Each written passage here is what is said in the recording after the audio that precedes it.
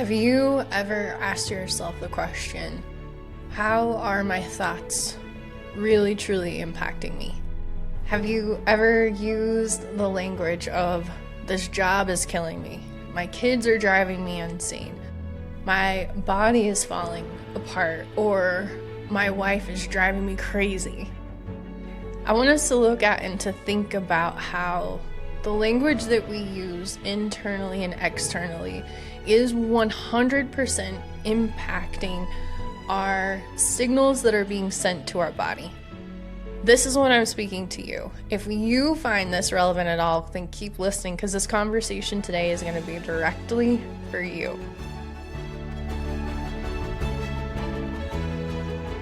Welcome everyone to another episode of Sit Around the Fire.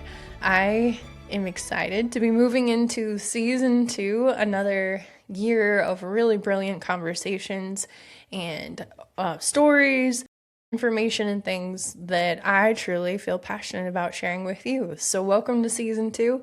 And today we are really going to dive into a conversation that I think is incredibly important. Thinking about how our thoughts are not just simple ideas, but they are in fact very direct signals that we're sending to our entire body. So have you ever found yourself driving down the road and you say to yourself, this traffic is killing me, I'm never going to be able to get there on time, or trying to complete a task and say this is never going to work out, or looking at a situation that's happening in your life and saying, why do good things never come my way? Nothing ever works. I'm never going to be in a relationship. I'm never going to be good enough for a relationship. And what's happening here when we do this is our bodies are listening. Our bodies are very intently listening to us. And everything that we think or say, our body is picking up on. Now, Eckhart Tolle has a really great quote that I think fits brilliantly here. He says, awareness is the greatest agent for change. We need to understand that the subconscious mind is our feeling mind. It's our mind that stores all of our beliefs, our emotions, our memories, our perceptions. All of that is held within the subconscious mind. And our subconscious mind is online 24/7. So it's not just like your conscious mind where it's awake and listening when you're actively conscious. Your subconscious mind is taking in information all of the time. So we need to, and we must understand that the subconscious mind operates in a very different way than our conscious mind. And it doesn't understand time and place. It doesn't understand or make sense of the reality of situations. It doesn't understand sarcasm, exaggeration, things like that.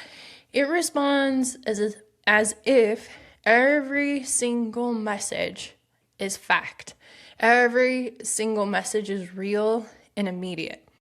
Let me explain a little bit more about what this looks like. Our subconscious mind is literally made for life and death wiring. This is a very primal instinct that we pick up on of where, what do I have to do to stay safe and stay alive? That's the number one responsibility of the subconscious mind, as well as the brain and the nervous system. So our nervous system and our mind are going to react 100% the same, whether it's an actual threat or if it's just a perceived threat. So if we're using a language in our head that I'm terrified, I'm not safe, I can't do this, that even if that threat is solely psychological, the body is going to perceive and treat it as physical. Here is the profound connection for us, is realizing that if we are using this type of language, if we are always telling ourselves, I can't do this, I'm scared, I'm not safe, it's not gonna, this is killing me, it's not going to work out, our systems are going to respond by living in this constant state of readiness. And what we're really looking at here, and particularly so for first responders or anybody in that spectrum is living in chronic hypervigilance.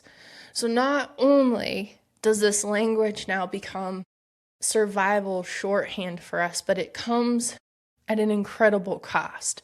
Because now, if your body has believed everything that you thought today, reflect on what kind of world would you actually be living in?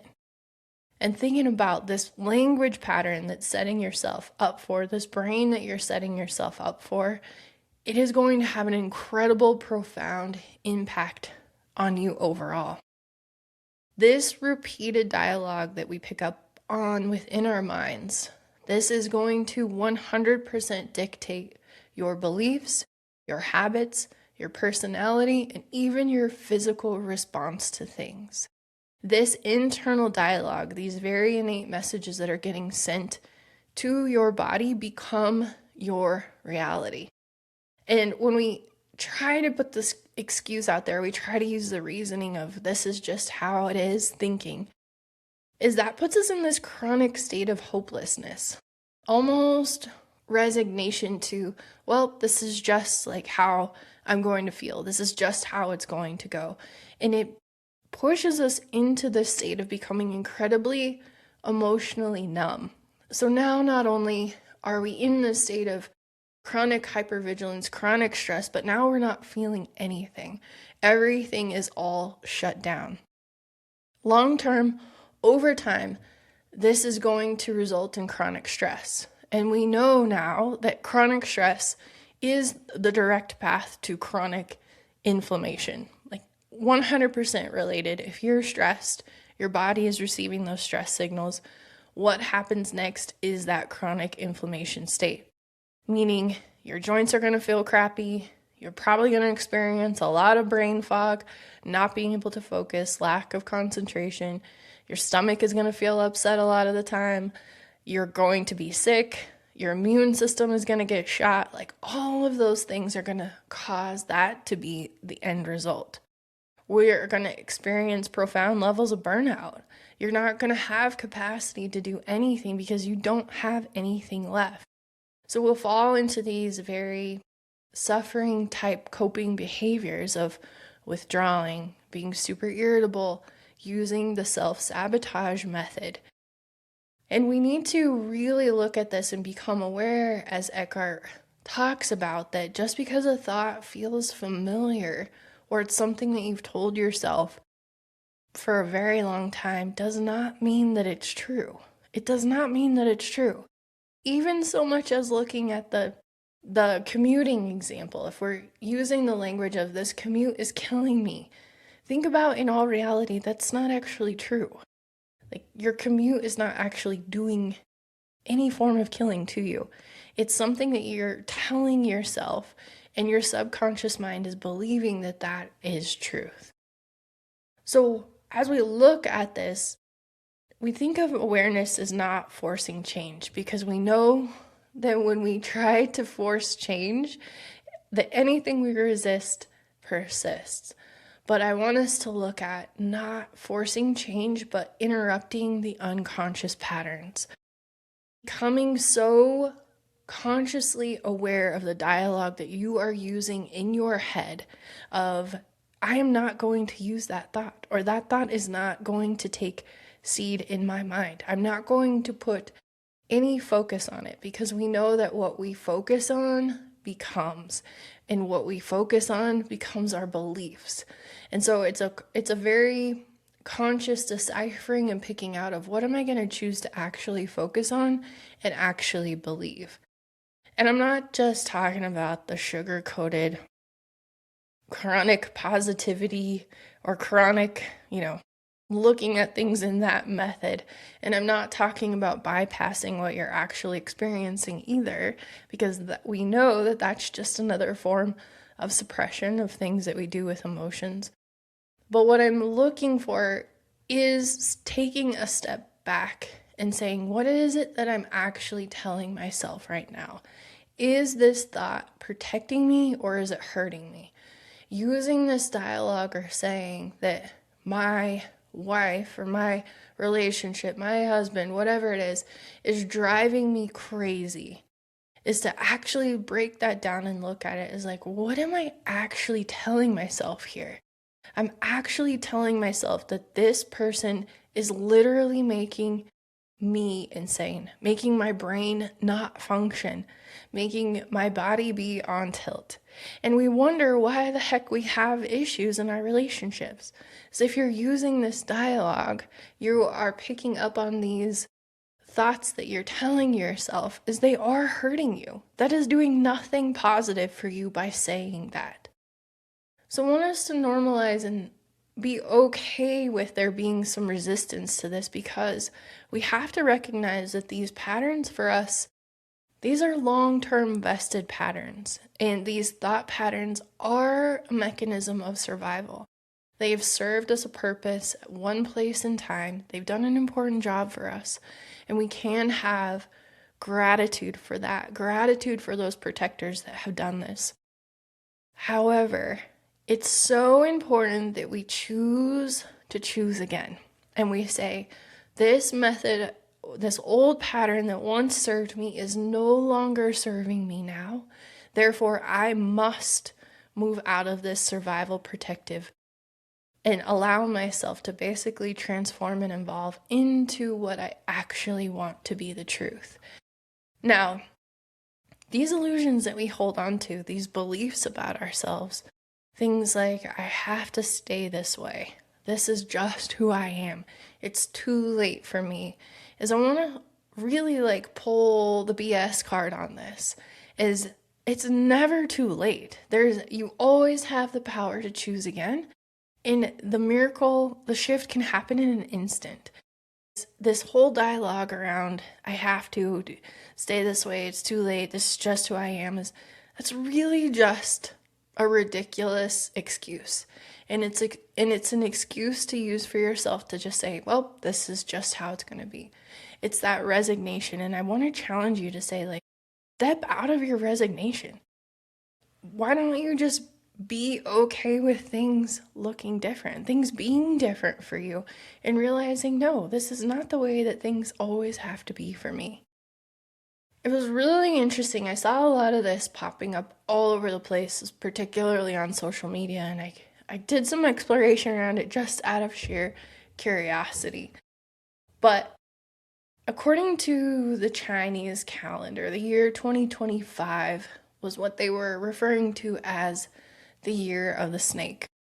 And I looked at this and thought about this and kind of what they were talking about with this year of 2025.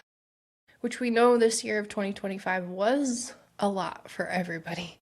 So many people went through so many different things, different struggles, different situations, that 2025 felt like a lot. And what the Chinese calendar was speaking to and referring here as the year of the snake was this shedding of the skin, and how when a snake sheds its skin, it's incredibly uncomfortable. It's actually can be fairly painful. It's a struggle. It happens in a process. That this shedding of the skin is really for us this releasing of these old identities. It's this releasing of old relationships that are no longer serving us, old behaviors that are no longer serving us. It's this profound letting go of what no longer fits for us anymore. And I think according to the calendar, you technically have until January 16th, I believe, to officially, that's when it officially starts. And I kind of like that, honestly, that it's after the first of the year, because the first of the year comes with such hype to it and this big movement around New Year's and all the things. But you have a few more days, is what I'm saying, and you have some more time. But I really want you to reflect upon this year of 2025 and how it was a very big shedding in different ways. And really looking at and reconciling, what are these things that I need to let go of? What are these old things that are no longer serving me? This skin, essentially, that's no longer fitting me anymore, and now choosing to let that go. The really cool part with this calendar is that 2026, they refer to as the year of the horse. And the year of the horse includes this incredible forward movement. And when I picture this in my head, when I think about this, I see like a horse running on a beach, and it's this incredible sense of freedom, this incredible sense of vitality and momentum and expression and all of these things that come with that really profound metaphor. And as you move out of this old 2025 mentality, this letting go of things that aren't serving you, and into this freedom, this momentum, is thinking about, what do you want that to look like? What do you want to experience out of life, knowing that you can't run freely while you're carrying old armor? Those things that you're holding on to, it's like trying to run somewhere with a weight wrapped around you. You cannot do it. And I want you to really, really sit with and ponder upon this question of, what have I outgrown? What am I still carrying out of just habit? Or more importantly, what am I carrying out of fear? And now it's time to choose again. It's time to choose a different way and acknowledge that we don't control past trauma. We don't control other people. We don't control external circumstances. But if we are being proactive in what we control, we do control our awareness, and we can control how we choose to think. The next thought that we choose to entertain, or the next thought that we choose to focus on, we have a direct effect upon that. And if all of us, I know every single person out there, including myself, really wants to live in peace. And I want peace in all circumstances. And knowing that peace in all circumstances is not conditional. It's not based on what's happening or what has happened or what will happen. But peace is unconditional, meaning I get to choose that. I get to be the active participant, the master of my thoughts, choosing that thought over and over again.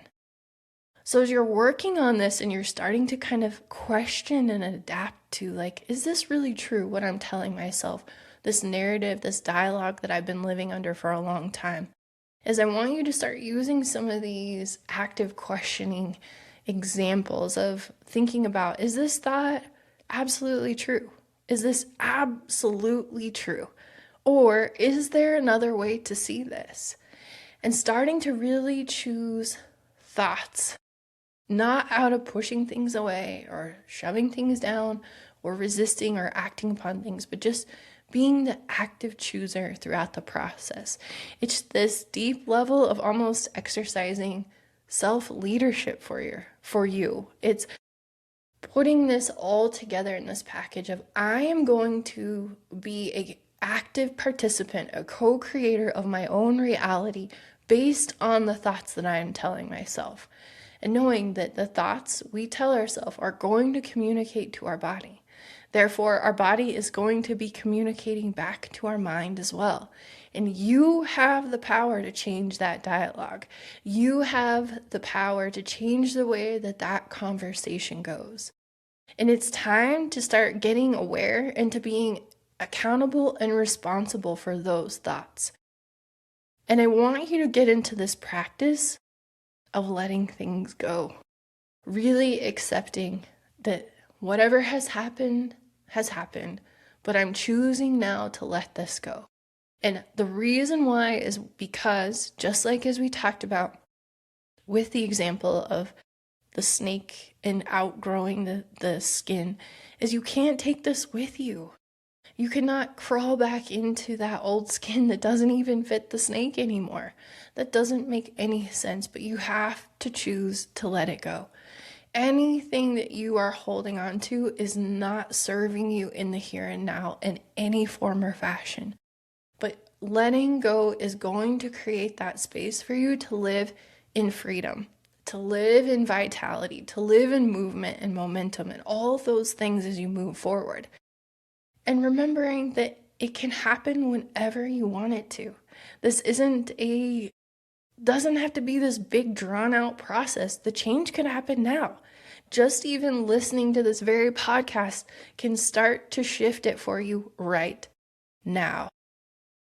Mal, I want us to think about this isn't going to be like I'm becoming someone brand new. Like that has the undertones of believing that there's something wrong with me and I need to be doing something to fix that. But what we're doing is we're actually just remembering who we are before the survival took over, before that toxic thought pattern took over, before that dialogue started to run away in my head telling me that I'm not good enough, I can't do this, I'm not lovable, I'm not accepted, I'm not valued, I'm not worthy, I'm stupid, I'm bad. Whatever it is going on in the dialogue, the belief system for you, you are remembering the truth about who you really are. And when we remember the truth, I promise you, that is going to change everything. It's going to flip your world entirely upside down. You're going to be opened up to this whole different way of living life and this expansion of the life experience and all these amazing things. I want you to reflect upon these questions as we start to bring the episode to a close and thinking about, what have I thought about? What thought have I been repeating over and over that may not be true anymore? And even if, because like I said, you are a powerful co-creator of your own reality. So if you're putting these thoughts out of, I'm scared, I'm afraid, I'm not safe, I'm not enough, is your external life is going to continue to reflect that. But it's time to take accountability here and really dive into this question. What thought have I been repeating that may not be true for me anymore? And the second part of this is I want you to really pay attention to how your body responds to this. How does your body respond when you tell yourself, I'm sick? Or this situation makes me so sick. This makes me feel so gross. This makes me feel so insignificant. Is I want you to pay attention how your body responds to this. Because I promise you that how you think, and if you're putting these thoughts out there, your body is going to do whatever it needs to do to help support that. So if you are going to work and you have this mentality that I'm not sure I'm going to be able to do the job. I feel anxious, I feel insecure, I feel insignificant, I'm worried about my skills and capabilities. Those thoughts that are being accepted and going around in your head, what's going to happen? Your body is going to respond to that, and several things could potentially end up happening.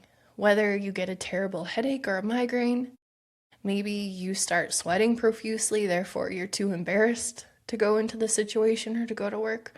Or maybe you get a wicked stomach ache and suddenly you find yourself on the toilet and you can't go into work. Is your subconscious mind is perceiving all of that dialogue, all of those thoughts as real. Therefore, it's doing every single thing it possibly can to not make you go into that situation. And so it is not a matter of just changing your thought. It's literally changing the physiology in your own body. And I want you to, as you become very aware and curious and you listen to what your body is responding to, is that to then sit with and start to ask the question of, what would this feel like to just release it a little bit? Even just a little. Maybe I start to change my thoughts just a little bit. But I want you to see how profound the impact of this really is. And when you start telling yourself, I am capable, I am accepted, I am loved, I am more than enough in any and all ways, and start to repeat that dialogue in your head and notice how things completely shift for you. Because as I said before, you always have the power to choose again. I really hope that you enjoyed this message. I know you're walking away with a lot, and I'm really bringing this message to you from my heart and something that I have been really resonating with and sitting with as we move from 2025 into 2026, and this shedding and getting rid of the old things that are no longer serving me and moving into true liberation and true freedom. So I know you're going to walk away with a lot to think about and a lot to ponder on. And the biggest takeaway that I want you to hear is that your thoughts create your reality. Your thoughts dictate how your body feels and responds. And how you often feel about your problem is usually the problem itself. So it's time to choose differently.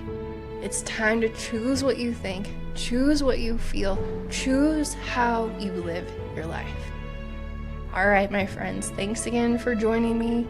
Look forward to a lot more fun conversations headed your way in this next new season.